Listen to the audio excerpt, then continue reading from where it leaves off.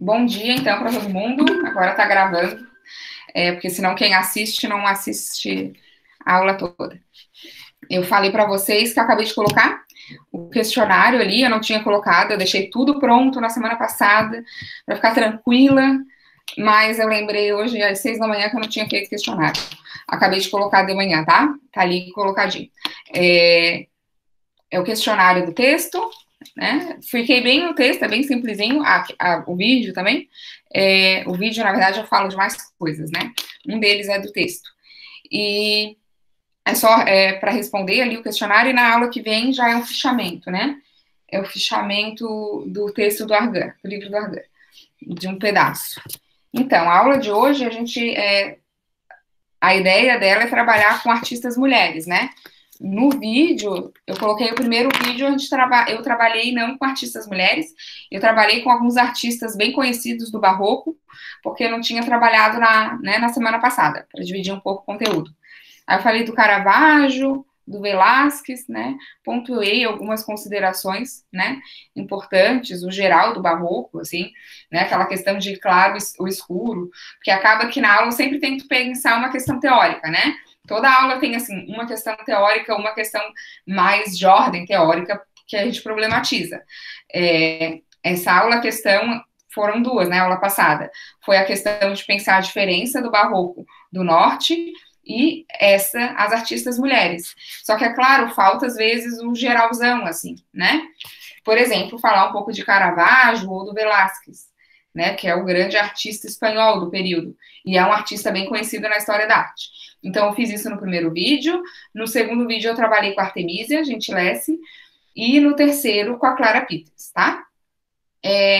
Ontem, final de semana, o professor Henrique Espada me mandou um videozinho da exposição da Artemisia, que está tendo no National Gallery. Aí eu falei para ele, a aula dessa semana eu vou falar sobre a exposição. É bem legal o videozinho que ele mandou. Tá lá disponível no site, eu coloquei o link para vocês. Eu achei que a exposição tem pouco material, assim, tem um videozinho, algumas coisas, mas ela não é tão interativa, né? Eu achei que ia ser mais por esse ano, né? Toda essa complicação. A National Gallery não tem um histórico, assim, de exposição tão interativa, mas tá legal ver o site, mas não tá incrível, assim. Mas as fotos estão boas, tal, tem umas questões bem legais. Em contrapartida, eles escrevem, né, tudo que está escrito sobre a Artemisia, eu achei bem, assim, bem coerente. Porque qual é a questão, assim, a principal questão da Artemisia? Ela foi uma artista, né? Ela é bem parecida com a artista, com a Lavínia, né, renascentista, mas aí a gente está em outro período. Ela foi a primeira artista mulher a entrar na Academia de Desenho de Florença, de Arte de Florença, e ela também foi filha de um artista, né? É muito legal a gente pensar como que essas mulheres conseguem entrar no mundo da arte nesse momento. E claro que ser filha de um artista, né, ajuda, até porque ninguém gosta do que não conhece, né? E o fato de conhecer esse mundo das artes facilita. A gente tem vários historiadores da arte que são filhos de artistas. É muito legal. Eu não tive essa sorte, sou filha de um engenheiro e de uma dentista. A vida não foi tão boa para mim. Eu sofri um pouco, mas é legal pensar aqui como isso, né? E principalmente essas mulheres nesse período, né? Então ela é filha de um grande artista, de um artista conhecido, não é? Hoje ele não é tão conhecido, né? Mas ele era, né? Na época dele. Ele não era um discípulo do Caravaggio, mas ele pinta a partir de uma estética, né? Caravalesca. Por quê? Porque na época se faz isso. O Caravaggio é o grande nome do Barroco, principalmente na Itália, né? É o grande nome de destaque. Por exemplo, Velázquez na Espanha vai se inspirar, né? O claro escuro dele vem do Caravaggio. Não tem como dizer que não, né? E ele vai para a Itália, tem toda essa questão de a Itália ainda ser o centro, né, das artes nesse período, por isso que foi a aula passada foi tão importante, para pensar que é o centro, mas existe muita coisa fora do centro, né? Mas tem toda essa questão da Itália ser o grande centro, o Caravaggio, né, nesse momento, ser o grande artista. Então, a Artemisia tem toda uma ligação com o Caravaggio por conta, né, principalmente do pai, por ele pintar muito em ligação com essa pintura do Caravaggio, mesmo temática, né? Todas as questões que, por exemplo, no texto é discutida. A minha questão preferida da Artemisia, eu não vou nem precisar mentir, são as caçadoras de cabeça, são eu ia falar Artemis, não são as Artemis, são as Judites, as Salomés. É um tema que eu amo, eu sou apaixonada, foi a minha parte preferida da tese de escrever, eu escrevi sobre isso na tese, e é um tema que no Barroco é muito forte, né? Que são as pessoas lá com as cabeças decapitadas, e principalmente mulheres, né? No caso da Artemisia. Então, é legal que com o texto, né, da Cristiane, ela destaca isso muito, a problemática dessa noção violenta, atrelada à Artemisia, né? Já vou explicar por quê. Mas, sinceramente, a minha questão de gosto mesmo, eu gosto muito de Judites e Salomés. E Artemisia pinta incrivelmente bem, né? E aí tem toda uma questão de uma mulher pintando isso, né? As Artemisias são muito empoderadas das Judites. Eu coloquei uma do Caravaggio, que é linda, é a mais conhecida dele. Ela é muito bonita, que é a Judite segurando a cabeça lá do Holofernes. Mas as da Artemisia são, assim, fortes, não são mocinhas segurando a cabecinha, é uma mulher, assim, com gana daquela cabeça, querendo matar o homem. É lindo, é sensacional como ela faz, a força pictórica que ela tem. Então, por que eu falei que é problemático isso? Porque a Artemisia tem uma história de vida que, em muito, fez com que ela ficasse conhecida na atualidade, mas que é problemática, porque ela ficou muito conhecida por isso. Por que eu digo? A gente tem a impressão, quando a gente fala de artistas mulheres, por na atualidade a gente não conhecer tantas do passado, de que elas não fizeram sucesso, né? Que era muito difícil ser uma artista mulher, e era, ninguém tá falando que não é, né? Mas que elas não se tornaram pintoras muito conhecidas. E elas eram muito conhecidas. A Artemisia, em especial, ela era muito, muito conhecida, e foi alguém, assim, que em vida teve muito sucesso. Tem um vídeo muito legal da Daniela Kern, que é professora da URGS, de Porto Alegre. A Dani Kern tem uma pesquisa super legal sobre artistas mulheres e sobre historiadoras da arte mulheres, e ela tem um vídeo falando da Artemisia, assim, que a gente acha que ela não é tão conhecida, não foi? E na época se escreve muito sobre, uau, olha o que essa mulher faz. Olha que incrível, né? A Cristiane coloca exemplo de algumas encomendas, de uma encomenda que ela recebeu em Nápoles, que ela ganha 3 vezes o valor que era pago normalmente por um artista jovem, né? Que ela recebe encomendas de grandes mecenas, ela trabalha para os Stuart da Inglaterra, né? Ela vai para Londres, Artemisia, ela trabalhou para o Filipe IV, que é o grande mecenas do Velázquez, né? Que comprou Clara Peters. Que homem, né? Foi um nobre das artes e que investiu em belas, né, em belas obras. E ele foi mecenas também da Artemisia Gentileschi, né?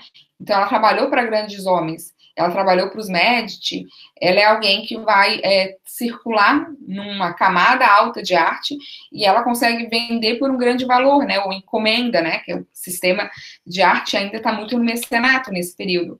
E é muito legal a gente pensar que como ela alcançou muita, né? Muito sucesso em vida. As obras dela, as imagens, são muito interessantes, né? E o que é mais curioso é pensar que como ela foi apagada da história da arte, que aí é toda a questão que o artigo trabalha um pouco, né? Eu comentei com vocês na aula passada, por exemplo, do Gombrich. O Gombrich não fala sobre ela, mas eu tenho um outro manual aqui em casa do Jason, não tá aqui, que fala, tá? É bem legal. Mesmo em manual ela é mencionada, não no do Gombrich, que é meio quadrado ainda, né? Mas que é legal pensar nisso. E como a Artemisia volta, né? Ela faz muito sucesso na vida dela, no século XVII, e ela é meio que apagada. Muito se deve à história da arte, muito 100%, né? A historiografia da arte não escreveu sobre ela. A historiografia da arte do XIX, ela é muito complicada, tá?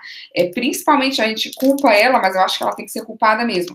Tanto do apagamento de muitas mulheres, como da questão, sei lá, da Itália, ou, tipo, de ser desconsiderada a arte do norte, né, da Europa. Isso é bem visível, assim. E essas artistas entram nessa situação. É verdade, é bem isso. Não citam. Que é curioso, né? Eles são. Não esperaria isso dos homens também, que eles não citem o trabalho das mulheres. Mas a gente tem historiadoras mulheres, e mesmo no 19 a gente teve grandes, tá? Que não se tornaram tão conhecidas, mas que também não citaram. Então, assim, eu também vou fazer a minha meia-culpa, né? Que a gente também, às vezes, não escreve, e tem que escrever, né?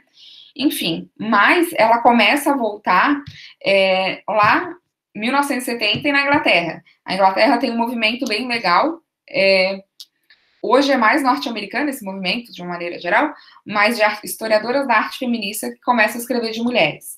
E aí a Artemisia volta. Mas como que ela volta? A Artemisia, ela teve uma grande questão, que ela é muito conhecida, porque ela foi estuprada pelo professor dela, né? E parece que a gente está vendo o telejornal hoje, né? Mas era o século XVII. Como as coisas também não mudam tanto. O pai dela, né, era artista, Horácio, e depois ela vai trabalhar com um dos discípulos do pai dela. E aí acaba que ele tem toda a questão de estupro e existe um processo crime. É muito legal que o texto foi redigido por uma historiadora, né? A Cristiane, ela não é Tedesco, ela fez o doutorado na URGS, né, na história, e ela fez o sanduíche, né, período, na Itália. Mas ela faz um discurso, ela constrói, né, o texto dela bem com uma linguagem historiadora, assim, tradicional. E é legal para vocês verem como né, alguém da história faz um texto muito legal e conta algo de uma maneira bem interessante. Eu adorei a pesquisa dela, achei fantástica. Ela tem alguns probleminhas teóricos na história da arte, depois eu posso comentar, mas é bem específico de área mesmo, né? E não tem como agradar todo mundo, e ela testa um texto bem na história, bem legal. E aí, por exemplo, o que ela fala do processo crime do estupro, né, da Artemisia. E aí ela consegue ter acesso ao processo crime. Ele foi, inclusive, publicado já. E é muito interessante pensar, daí, a diferença do norte, como eu tenho muito material, né, de pesquisa, quando eu trabalho com a Itália do século XVII, que é onde a arte está acontecendo, né. Eu tenho as trocas de cartas, né? Mesmo na Inglaterra, agora na National Gallery, eles fizeram. Eu não consegui ver pela internet, mas eu li no jornal, que eles fizeram vários áudios que a gente consegue ler uma mulher lendo as cartas da Artemisia, assim, ou, sei lá, o Stuart ou o Filipe IV, né? Eles conseguiram um acervo bem legal de cartas e colocaram com aqueles fones que a gente escuta. E aí tem toda uma questão, tu lê a carta, né, dos mecenas, se sabe que ela não queria muito para a Inglaterra, e depois ela foi, então tem muito material bibliográfico, né, e muito material de documento mesmo, tanto de escrita, e no caso da Artemisia, é uma coisa muito legal, eu sou professora na museologia também, né, é a questão das exposições, como as exposições deram visibilidade para ela, assim, muita, né, ela teve grandes exposições dedicadas a ela. Agora, na National Gallery, é a primeira exposição dela no Reino Unido sobre Artemisia, mas a gente teve uma bem grande, que foi em Roma, em 2016 e 2017. E foi no Museu de Roma, foi num grande museu, e foi uma exposição que fez muito furor. Como essa tá fazendo agora, assim, né? Sai bastante coisas interessantes, e mesmo em mídia em geral, não só de museu, né? É legal pensar. E aí ter toda a questão de documento também, né? Que aí a Cristiane mostra pra gente. Ela vai falar, né? A gente sabe quanto que se pagou pelo preço dos quadros dela. É incrível, principalmente se a gente for pensar na outra artista que a gente vai falar hoje. Não comprei essa colinha da National Gallery, mas não dá, vou ter que fazer o quê? Agora eu vou ter que segurar não entrega no Brasil nem o catálogo. O catálogo eu queria, mas não vai entregar. Mas tá bem legal, o site. E a outra artista que a gente não tem texto, porque não tem texto publicado em português sobre, para vocês terem uma noção. Artemisia, assim, ó, vocês colocam lá no Google Acadêmico, né? Por exemplo, Artemisia Gentilesse. Tem um monte de gente que escreveu sobre ela, né? Em português do Brasil. Se a gente colocar, eu fiz o teste, eu sempre faço, né? De alguns artistas mais botar na Amazon, né? Eu consigo comprar livro, tá? Em inglês, a maioria, mas chega, tá? Porque a Amazon entrega. Tem livro escrito, mesmo em brasileiro, falando que nem europeu, mesmo no Brasil a gente tem uma produção bem significativa. Por exemplo, uma tese de doutorado escrita sobre uma artista, né? O que acontece? É uma tese de 2018, se eu não me engano, 2018. Do mesmo ano do artigo que ela publica.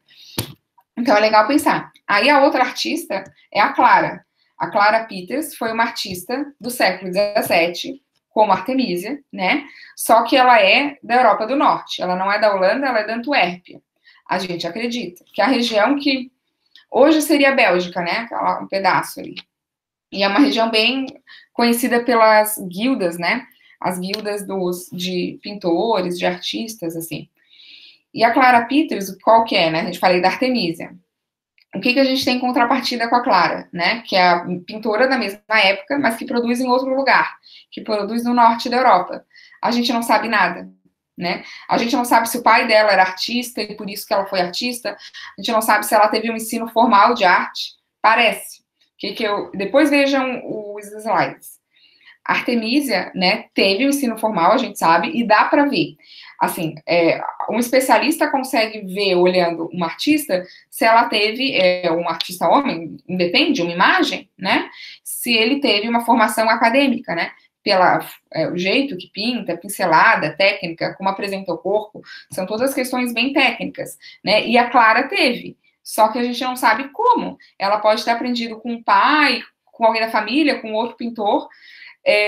A academia não é um sistema do norte da Europa, da Antuérpia, provavelmente ela era de alguma guilda, né, de artista, mas ninguém achou o nome dela, né, essa pesquisa foi bem feita, por sinal, e nunca se acha o nome da Clara em nenhum lugar. Então, assim, é um vazio existencial, é um vazio, por documento, ela não existiu. A gente não tem a certidão de nascimento dela. A gente sabe que ela existiu por causa das obras, né?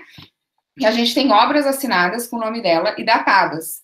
Então, a gente sabe o período que ela viveu, que ela produziu, na verdade, que ela viveu, a gente não tem ideia nenhuma. E aí tem toda uma questão que também é sabido hoje, que ela é uma artista que, tal qual a Artemisia, consegue muita fama em vida, sabe? E ela é muito reconhecida. Por quê? Porque ela teve 4 pinturas vendidas para o Filipe IV da Espanha, né? Ele compra 4 delas dela. E paga também, são valores bem consideráveis, são telas caras, digamos assim, né? E são telas, são bem pequenas as da Clara, né? Elas são pequenininhas. Então, assim, ela teve muito reconhecimento, só que mesmo assim não tem nada sobre ela, né? É muito estranho. E aí tem toda a questão, a exposição que eu coloquei o link, é muito legal, tá? A do Prado. E em termos de mídia, eu fui nela real, né? Na época eu fui da Clara, eu fiquei bem empolgada, assim. Gostei um monte. Ela era uma artista que eu não conhecia, eu fiquei bem apaixonada por tudo que eu via, assim. Mas mesmo não tendo ido na exposição, o Museu do Prado disponibiliza tudo, gente. Tem conferência, tem o diretor do museu falando, se alguém se interessar, entra, assim, que é bem legal. Tá bem, botei só um link de um vídeo, tá? Mas dá para aproximar a obra, tá bem legal, assim, a experiência midiática da exposição. E ela é de anos atrás. É que o Prado é maravilhoso nisso, ele faz muito bem. Eu ia botar a culpa no dinheiro da National Gallery e falar que é muito capitalista. Ele não tá? Não paga para entrar. Mas é caríssima a exposição para assistir, assim. Para vocês terem ideia, para entrar na da Clara, deixa eu até tentar converter. Sei lá, acho que tá 20 libras. Quanto que tá a libra? Pensar assim, como é caríssimo para ir numa exposição dessa. Sei lá, vamos botar 9, R$180. É caro, né? A National Gallery, ela é mantida, não paga para entrar, o Prado paga, mas as exposições são muito caras. Então tem uma coisa meio assim, complicada aí. No Brasil, você tem uma discussão bem grande sobre isso, né? E aí, da National Gallery é legal, é uma mulher e toda uma questão, só que se paga uma fortuna para entrar na exposição. E a gente sabe que dificulta, né? Pagar isso. É a única forma que dá para ir no museu agora. A questão. Tá falando do Shakespeare. Tá, enfim. Mas a Clara teve a exposição, então, no Museu do Prado. A exposição foi em 2016. E o que a Clara conta nas imagens dela? A Artemisia, ela conta imagens do barroco da Itália, né? A gente vai ver o quê? Na Artemisia Gentilesse. Aqui, a Cristiane trabalha com algumas imagens. As mais conhecidas da Artemisia são as Judites, né? E o Holofernes. Ela tem 2 principais. Uma está em Nápoles hoje e outra na Galeria del Uffizi. A do Uffizi é super conhecida, porque é um museu também que gira horrores de gente, né? E elas são bem parecidas. Eles colocaram uma do lado da outra. Antes, quando eu comecei a trabalhar, assim, a pensar em montar essa aula, ela ainda nem existia, eu achava que ela era a mesma pintura, né? E que a cor estava diferente, alguma coisa. E não, ela pintou duas, bem parecidas. A gente vai ver depois isso, vários pintores fazem, tá? Mas a Coração de Napoleão, do Jacques-Louis David, tem duas também. Isso acontece, é uma prática comum, né? Porque eles encomendam, é feito por encomenda, e são as imagens mais conhecidas. Qual que é a história? Alguém conhece a história da Judite? Sabe quem foi? Ela não é tão conhecida quanto a Salomé. Museu da Escola Catarinense pagou R$ 5. Museu da Escola Catarinense, Mariana, tá incrível. Quem é a diretora é a Sandra Makowiak, uma amiga bem querida. Eu estudei no museu da escola. Quando eu fiz faculdade, eu fiz ali. A minha escola virou museu. Isso mesmo, é bíblico. Qual que é a história? Vou contar então a história para vocês da Judite. Ela faz parte do Antigo Testamento. É a história de uma mulher que ela é viúva, é uma jovem viúva, né? E ela é da cidade de Betúlia. A cidade dela, Betúlia, está sendo invadida pelo exército assírio, né? E nesse momento, o exército invade, né? Tá acampado em volta da cidade e ela vai, né? Tem uma história meio sedutora, Salomé, e ela vai seduzir o general do exército assírio. Ela consegue seduzi-lo. Ela passa a noite com ele bebe. Ela passa a noite com ele, né? E depois, quando ele tá dormindo lá, provavelmente roncando, acho eu, ela pega uma espada e ela arranca a cabeça dele. É maravilhoso. Ela arranca a cabeça dele, ela tá com uma criada, eu adoro essa história. E a criada coloca a cabeça do general numa sacola e ela leva para Betúlia de volta a cabeça do general. Por que é muito legal a história? Porque a gente tem muita história da Salomé, que a Salomé pede a cabeça do São João Batista. E o que a Judite faz? A Judite é heroína, porque a Salomé ela não é uma heroína. Por que ela não é heroína? Ela pede a cabeça decapitada de um santo, do primo de Jesus Cristo. A Judite, não. A Judite, a Judite, ela é a grande heroína, ela salva a cidade dela, né? É incrível. Acho que nas Bíblias modernas nem tem mais essa história, acho que pra gente não se inspirar demais. Mas ela salva a cidade. E ela salva, né? Ela dorme com o general, ela alcooliza ele também, muito fácil culpar a mulher, cara. Um cara tava roncando lá, dormiu, ela arrancou a cabeça dele e botou num saco. Essas histórias faziam muito sucesso, né?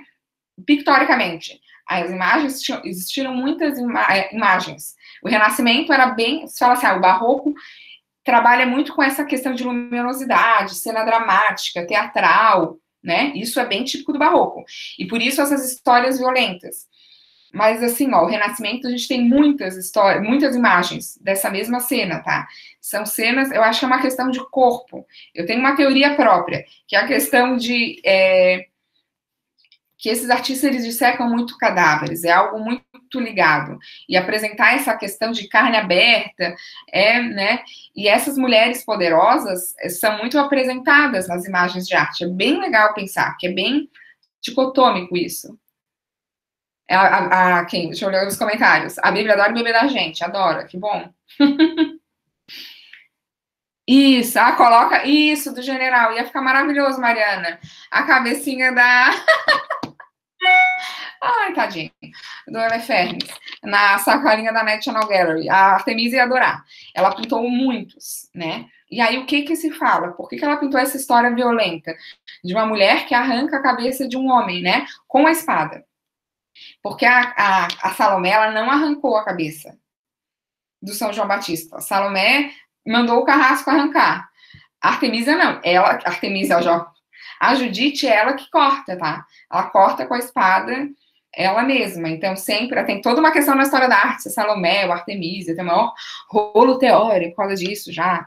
Mas, enfim, isso não é para vocês não é tão legal assim, né? Mas quem quer qual? Mas se misturou as histórias delas, entendem? Como a questão era muito a cena, não é a história, né? Teve várias imagens que aparece uma mulher com a espada sempre é Judite, e com a bandeja de prata, que sempre é Salomé. E aí, qual era a questão? É a Salomé ou a Judite? Porque tem uma mulher, uma cabeça, uma espada e e a bandeja de prata. Aí tem um monte, eu gosto muito, foi a questão que eu cheguei na minha tese, foi que pouco interessa qual é a história. O artista quer pintar uma mulher com a cabeça de um homem decapitado, né? E é uma imagem que fez muito sucesso. No Renascimento tem um artista do norte da Alemanha, que se chama Cranach, que pintou um monte.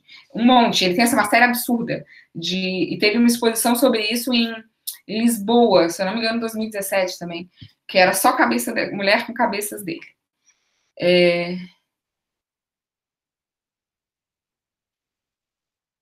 A Salomé é pouco empoderada. Eu acho ela bem empoderada também, tá? Mas, enfim, mas é uma questão. Eu adoro a Salomé, eu gosto de todas. Ah, tá. Não, eu adoro todas, gente, porque. Inclusive, eles sempre brincam comigo no departamento que eu tenho um artigo sobre caçadoras de cabeça, sobre homens decapitados, que eles têm medo de mim. Mas é o meu melhor artigo, é o meu preferido.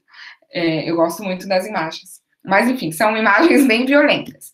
E aí, qual é o problema? Com a Artemisa tendo sido estuprada, se coloca muito isso, né?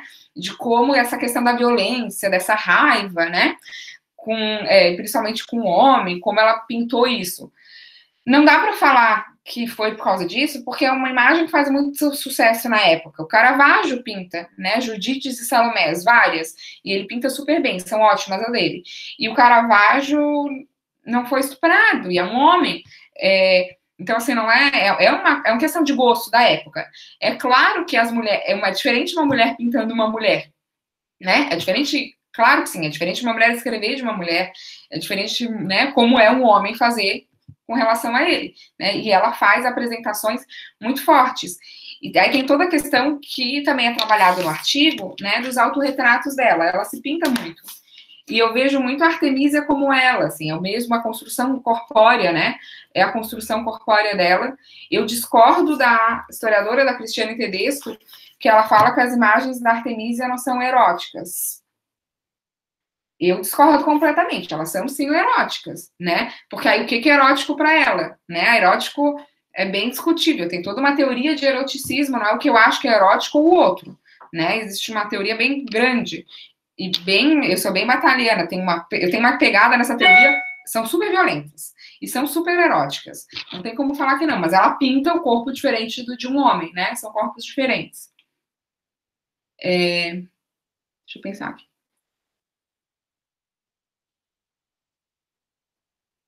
Isso mesmo, expectativa de sair da aula decapitar um homem. Não vão decapitar ninguém, gente, pelo amor de Deus. Mas as imagens vocês olhem que vale a pena. E ela apresenta isso, né? E ela fica conhecida por isso. E aí a Cristiane chama atenção no artigo do cuidado, de a gente não conhecer ela só por ter sido a artista que foi estuprada. E é verdade, né? Porque ela foi incrivelmente boa. A técnica dela é muito boa. Ela pinta de uma maneira teatral, forte, né? É incrível a imagem dela. Ela não pode ser conhecida como ai, tadinha da artista que sofreu isso. Mesmo porque aconteceu o episódio do estupro, ela casou depois, ela teve filhos, morre quase todos na infância, né? O que também na época é comum, né? Quando não morrem durante a gestação ou no parto, ela teve 4 filhos, 3 morreram durante a infância, um seguiu, né? Mas ela teve uma vida tipo, absolutamente, né? Trabalhou para a família dela, trabalhou para grandes homens, para grandes, né? Fez grandes encomendas. Ela não pode ficar conhecida só por um episódio onde ela vai se tornar a vítima também, né? Foi um episódio horrível. Na época, né? Esqueci graças a Deus, esqueci o nome dele. Como é que é o nome dele? Ele só é conhecido porque ele estuprou ela, tá? Foi a única. Não, ele foi um artista aqui, ó, Agostinho Tassi. Ele não é um artista hoje conhecido, mas ele é. Mas ela é muito mais que ele.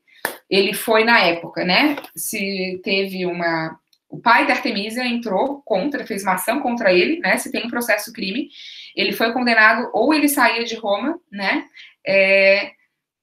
Ou ele não era morte, não, ele ficava preso. Aí ele escolhe sair de Roma, né? Ele escolhe a liberdade, mas ele nunca sai, tá? Mas ele acaba que não cumpre a pena dele. Mas ele cumpre historicamente, porque todo mundo sabe o que ele fez hoje, e ela, né, se tornou muitíssimo mais conhecida que ele, assim.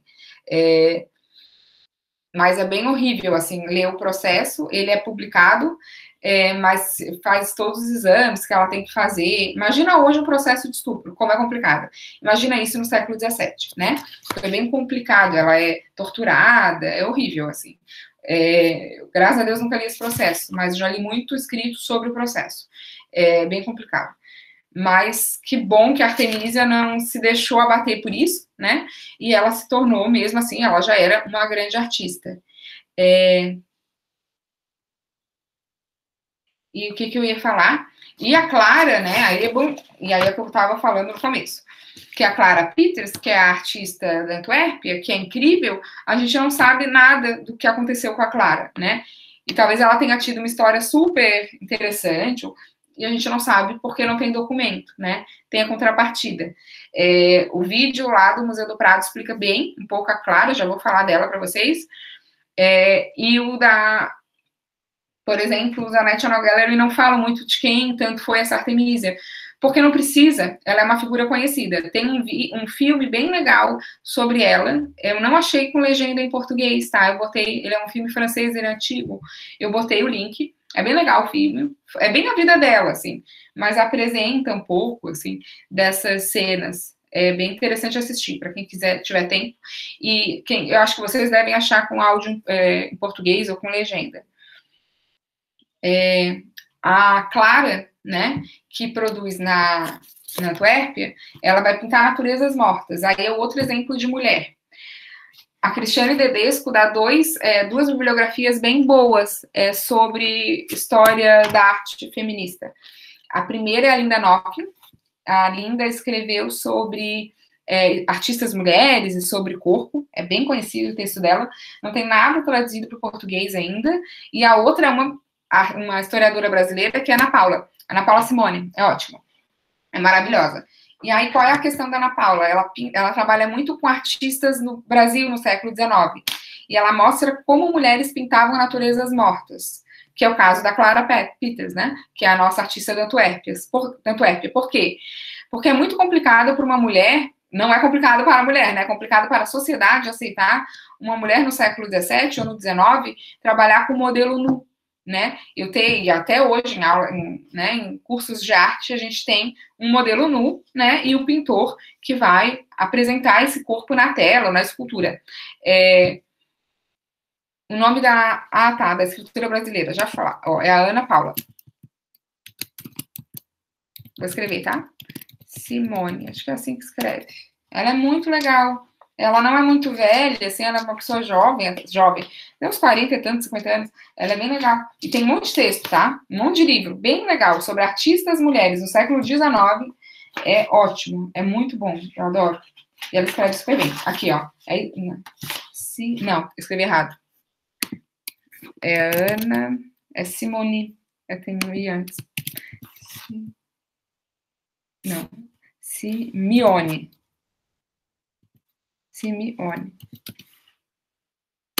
Ana Paula. A Ana tá na USP, eu acho. Eu acho que ela trabalha no Instituto de Estudos Brasileiros da USP atualmente. Ela é bem interessante o trabalho dela. E ela vai falar das naturezas mortas. Por quê? Por isso, porque essas mulheres têm toda uma complicação da sociedade de aceitar em modelo nu. Por isso que é bem legal pensar Artemisia, que ela pinta muito bem o corpo feminino, né? Nu. E aí se fala que provavelmente ela se observou, né? Que ela pinta ela mesma, diante do espelho, né?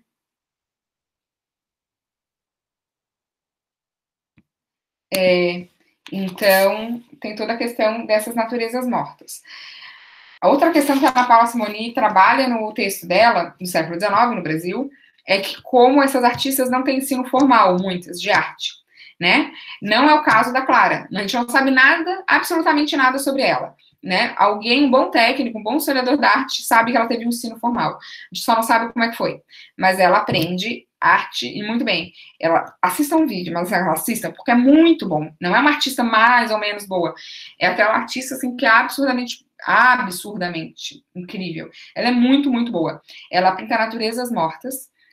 Na Espanha, né, que a exposição é do Museu do Prado, se chama Bodegons, e é muito legal. Eu odiava a natureza morta, quando eu não trabalhava com história da arte. Meu pai adora arte, né? E ele sempre, ai, naturezas mortas, achava que um saco. Sabe, pra quem que vai comprar uma pera, sabe? Uma imagem de uma pera num quadro, coisa mais... Eu nunca gostei. Hoje eu adoro. Por quê? Porque tem toda uma questão de luz, intensidade, técnica. Qual é outra questão? Quando a gente fala de uma artista do século XVII, através das imagens da Clara, a gente sabe o que se come no século XVII, como se come, como que são os utensílios de cozinha. A gente sabe como que é o talher, a gente sabe como que é o saleiro. Ela tem um saleiro famosíssimo em prata, né? E parece que, que não é muito importante. Por que não é importante? É super importante saber como se come em outra época, né? E a gente tem sempre trabalhou com, tipo, manual, com receitas, né, da época, mas nem sempre a gente tem as imagens. E com a Clara a gente tem. A gente tem, por exemplo, os pescados que se comem na Antuérpia da época, o queijo, né, os queijos, e a gente sabe o que é caro, o que não é caro, tem toda uma questão comercial, né? Ela pinta várias conchas também, e todas as conchas que ela pinta não são conchas que se encontram na Europa na época. São conchas que vêm de fora. E aí, o que a gente começa a ver? Toda essa questão do fetiche, né? Do que é de fora. O século XVII, a Holanda, Antuérpia, recebe muito navio, né? Tem todo um fluxo de comida, de, por exemplo, questão de tempero, né? E que é visível na imagem dela. Tem a questão do sal, o saleiro, tem um saleiro de prata numa das imagens, que é super adornado. O sal é muito caro na época, né? Sabido também. E como essa questão de utensílio. E qual é uma das grandes viradas dela? Ela escreve o nome dela. O nome e o reflexo. A gente vê a imagem do rosto dela no reflexo da lataria. Tipo, de uma garrafa, a gente consegue ver o rosto dela no reflexo. Genial, que artista mais genial que fez isso? Pouquíssimos fizeram. Ela teve uma genialidade incrível e ela sabia que ela ia ter sido esquecida, né? E se ela não tivesse isso, a gente não tivesse feito, a gente não saberia quem ela foi, provavelmente. E não feliz só em botar o rosto dela, é cheio de reflexo. Por isso que eu falei do vídeo, que eu coloquei as imagens com reflexo no slide, tá? Mas não fica tão bom. O vídeo tá bem, a qualidade tá ótima. E dá pra ver. Outra questão que ela fez, os talheres. Ela pinta muito bem os talheres de prata, né? E é uma coisa de distinção social, que é a mesma que a Artemisia faz, já vou falar. E aí ela escreve o nome dela no talher. Tá assim, ó, tem uma cena com talher de prata. Ela escreve Clara Peters aqui. E o que a gente sabe?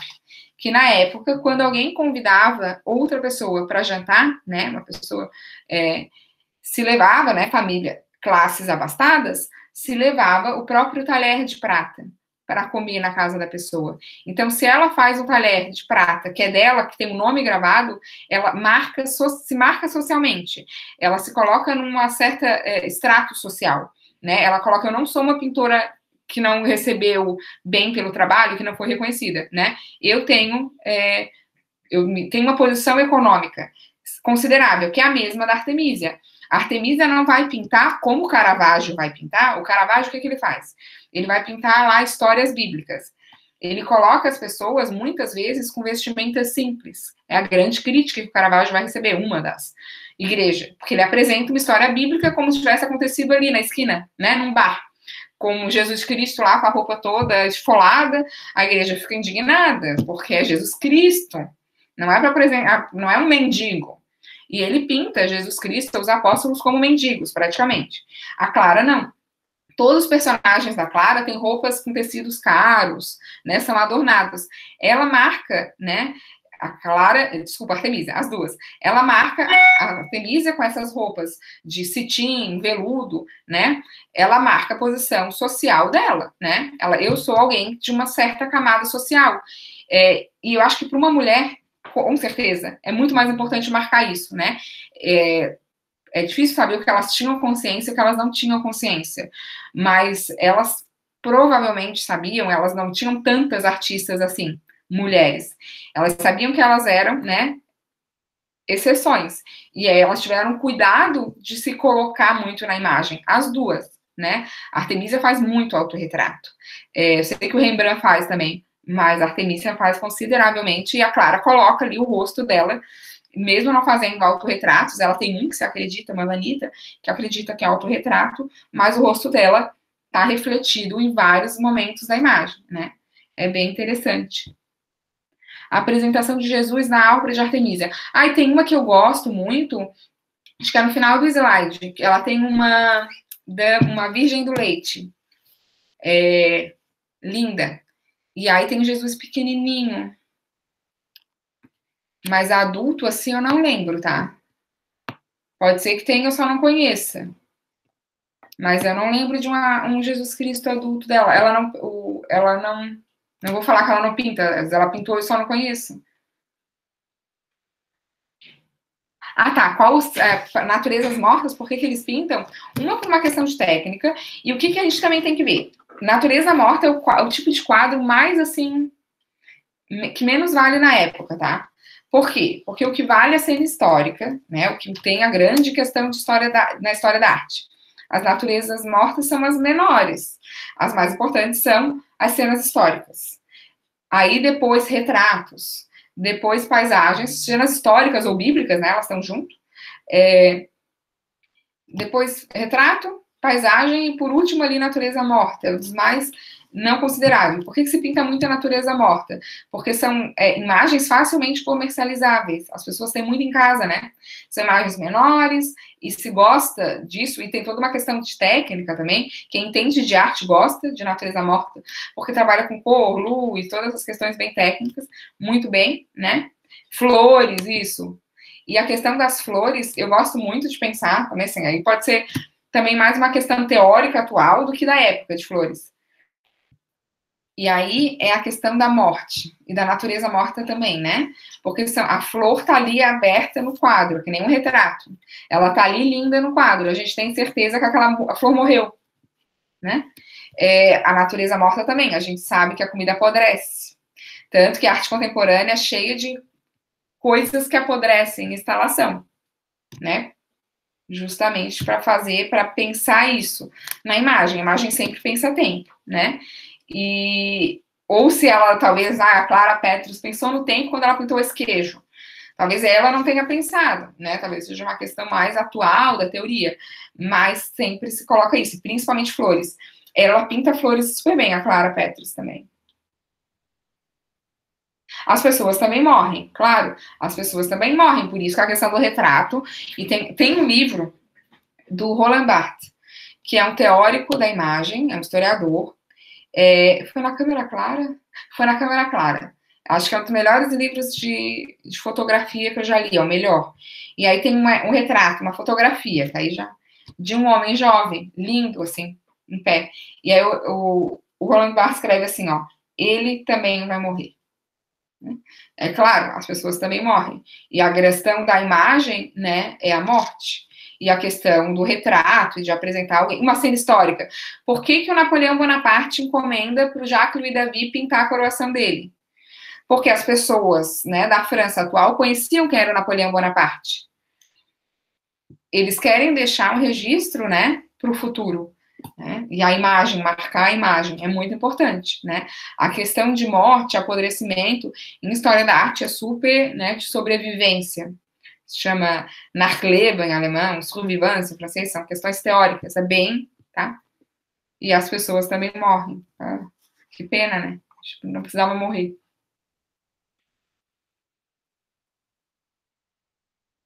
Calma aí. Com cenário, alguém perguntou, professor, esse costume de pintar coisas da antiguidade com vestimentas, cenários, armas contemporâneas, se faz. E se faz é datado, tá? Quem começa a fazer isso é o Giotto. Ele faz menos. Agora eu falei Giotto, porque o que o Giotto faz? O Giotto começa a pintar essas cenas históricas, bíblicas, nessas igrejas italianas, e ele começa a colocar os personagens da época, né? Por exemplo, vamos botar, sei lá, eu ia falar Bolsonaro, não, mas assim, sei lá, uma pessoa, um político pediu uma imagem, né, para colocar numa dada igreja.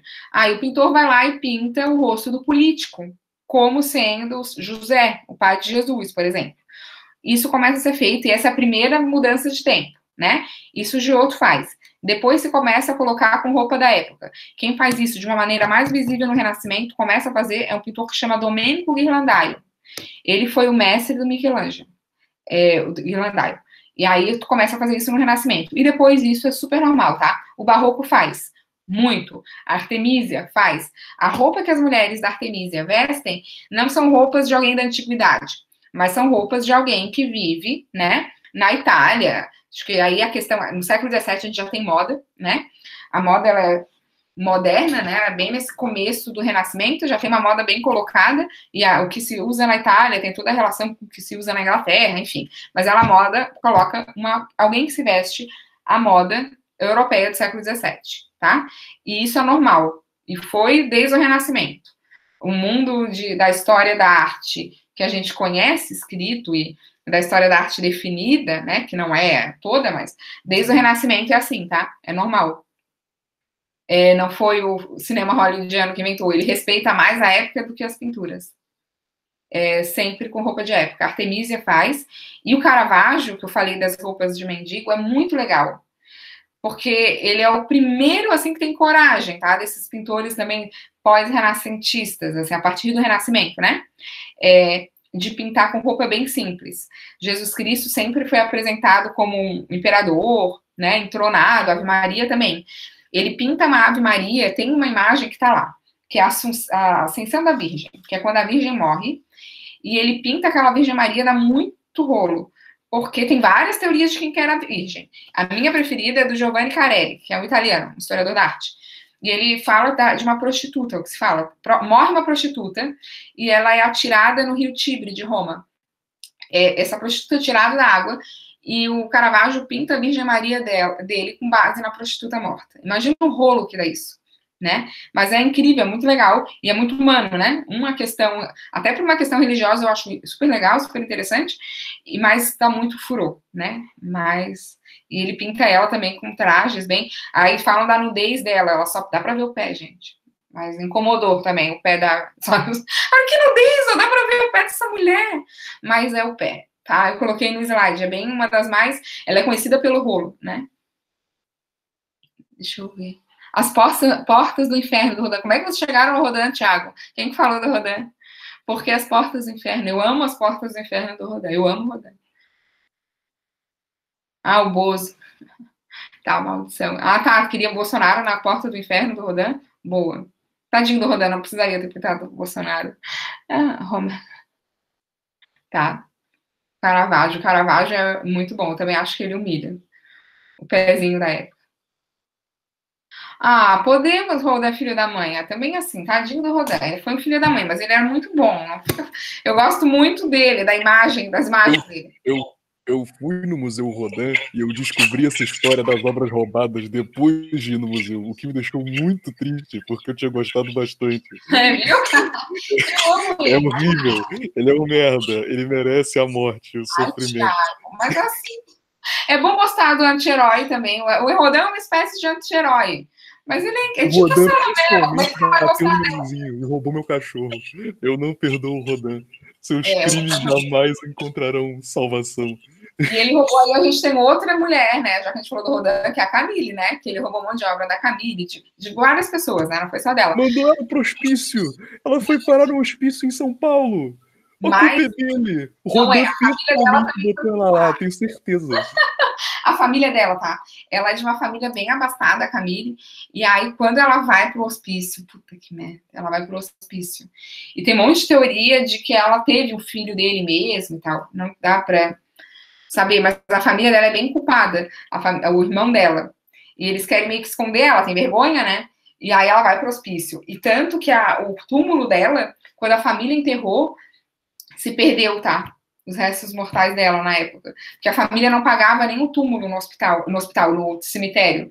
Pra te ver, a culpa também é do Rodin, mas a família também é culpada. E o Rodin foi demoníaco. Tem outro também, vamos falar mal dos artistas, o Gauguin também, é horrível. O Gauguin tem história de pedofilia no Haiti.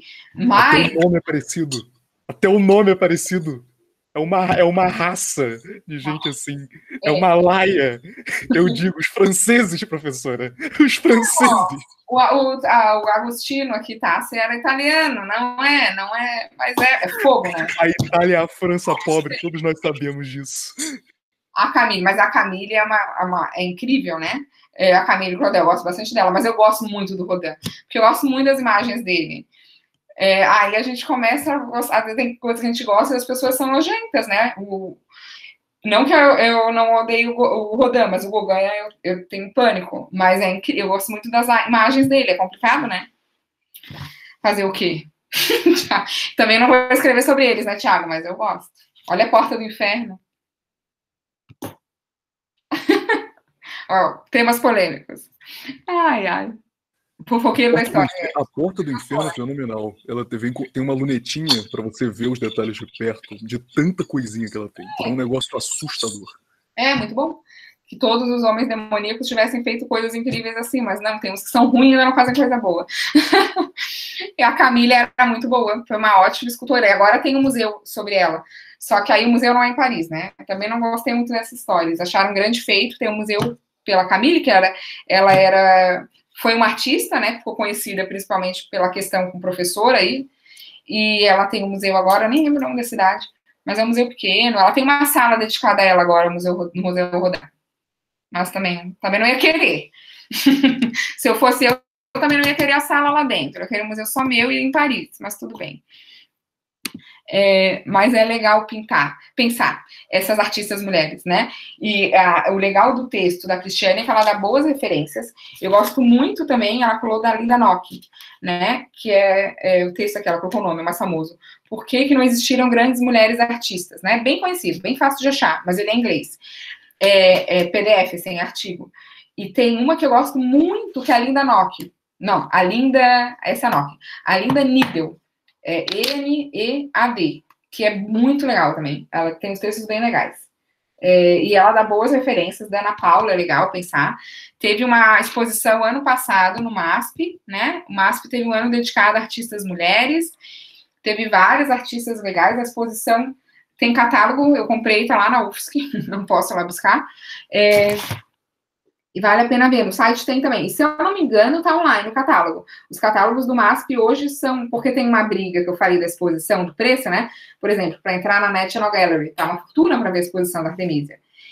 E o MASP tem feito várias exposições interessantes. Ele fez a das artistas mulheres, mas antes, o que deu mais rolo, ele fez das histórias afroatlânticas, né? Que aí trabalhou com imagens de negro.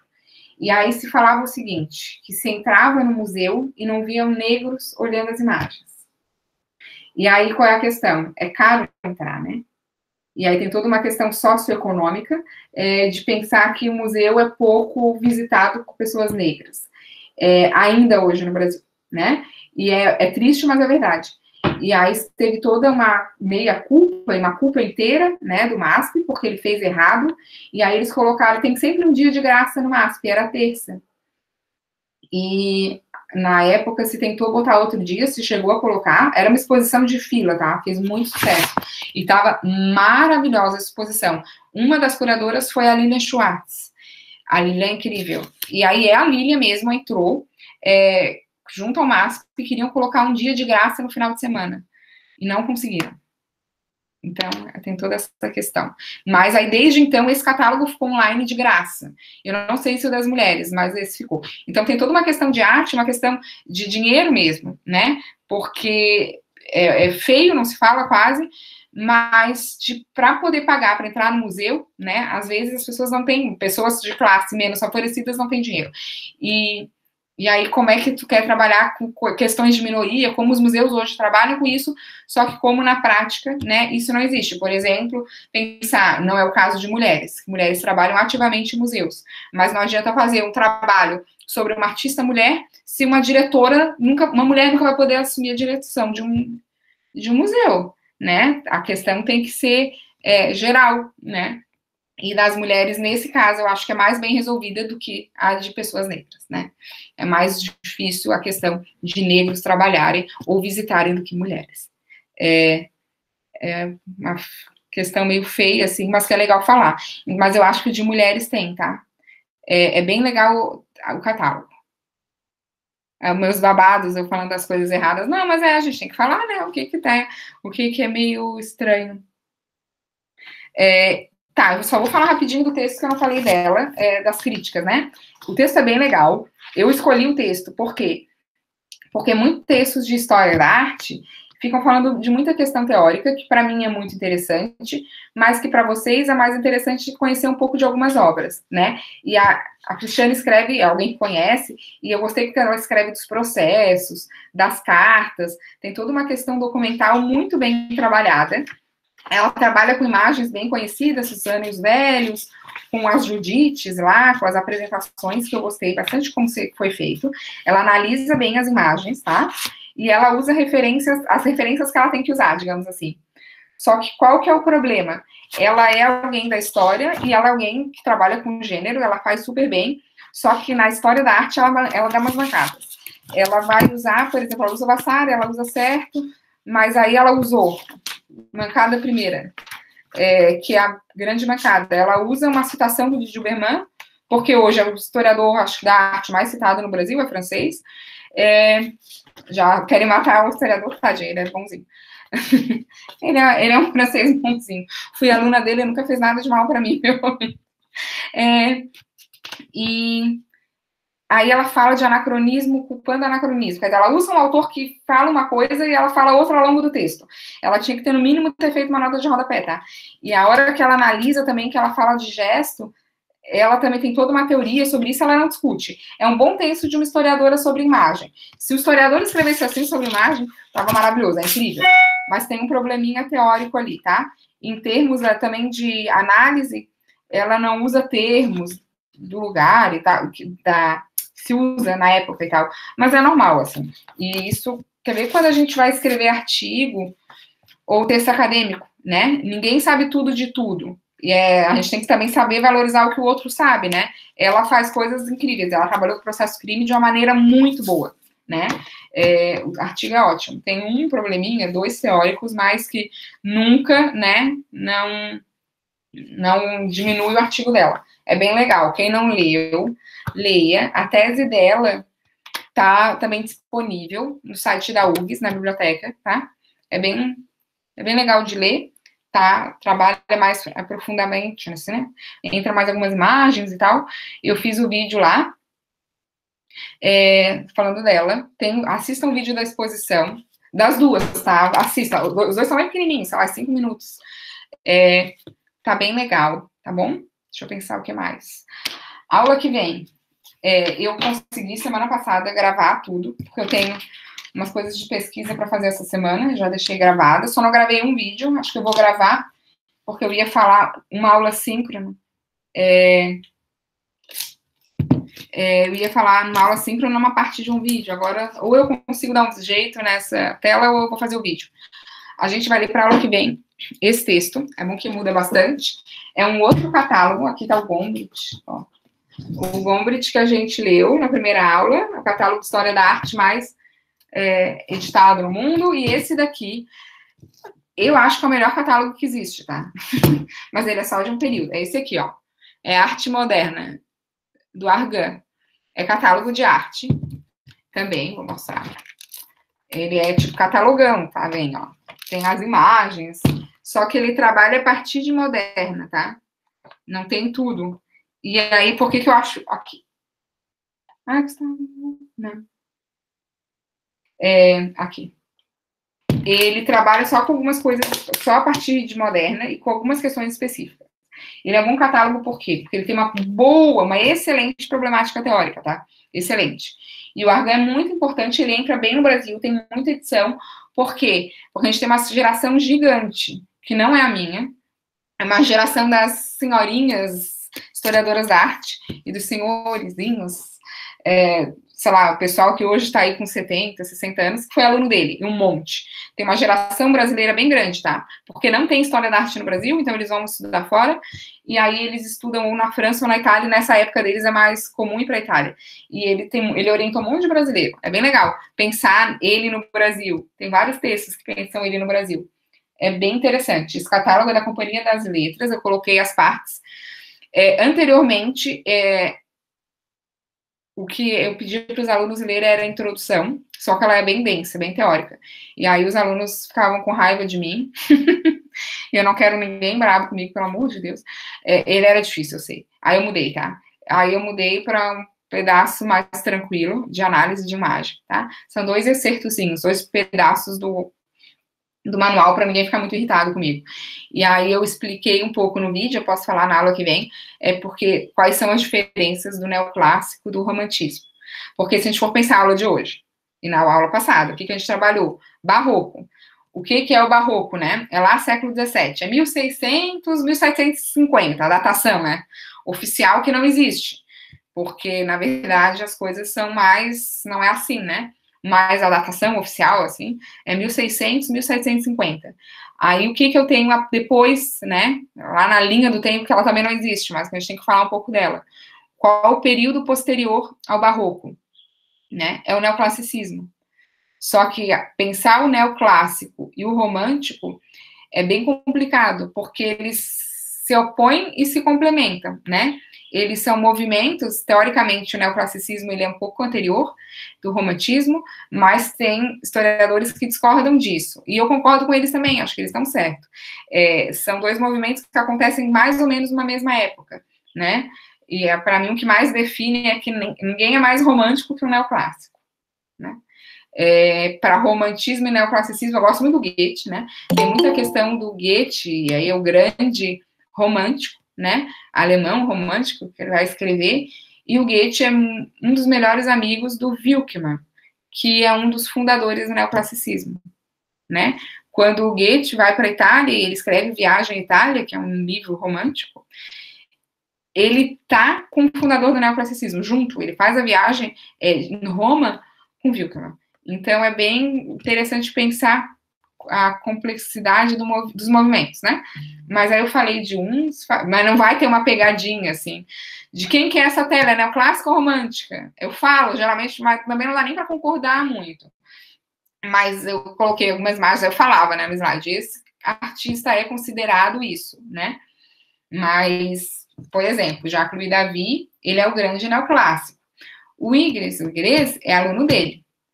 E o Igreja é considerado romântico. O Igreja falava que não era romântico nem neoclássico. Então, é bem essas coisas de artista e movimento, né? Existe uma caixa, e vocês têm que entender a caixa, mas vocês têm que saber que ela é uma invenção também, né? Que é muita questão de como que os outros períodos olham, e mesmo a crítica, e nessa período a gente já tem uma crítica de arte, tá? Colocam a gente. O que eu tenho que falar mais? Tem essa semana, então, vocês têm o questionário, semana que vem o fichamento, eu acho que tá tudo certo. Se eu esquecer alguma coisa, alguém me escreve, por favor. Acho que tá mais ou menos tudo dando certo. Estamos na 7ª semana de aula, quase metade do curso. Então, mas qualquer coisa de data e tal, vocês me escrevam, tá? Quem não estiver acompanhando também e tal, quiser conversar, fiquem à vontade. Tá bom, gente? Acho que é isso. Professora, só eu te mandei um e-mail, não sei se você viu, sobre a questão do questionário. Eu fiz uns questionários, só que ele não enviou. Ele tá feito lá. Eu vou tentar. Vou fazer assim, ó. Eu vi, eu não respondi para responder depois, ainda bem que me lembrou. Eu vou tentar abrir de novo ele para ti, eu vou ver se eu consigo, tá? Eu não sei. Eu vou olhar. Eu não olhei ainda, mas eu vou ver. Não, um jeito eu dou, nem se preocupa. Nem que eu coloque a nota ali, nem se preocupa, tá? Um jeito eu dou. Mas eu não sei se eu consigo abrir ele de novo. Vamos descobrir. Então tá, beijo, gente. E quando eu demorar assim, para responder e-mail, vocês me mandem de novo. Porque eu olho, eu li o e-mail. E aí, sabe, vou responder depois. E aí nunca respondo. Mas é normal, é um monte de coisa. A gente vai pegando o ritmo. Tá bom? Beijo, gente, grande. Até semana que vem. A coisa escreva.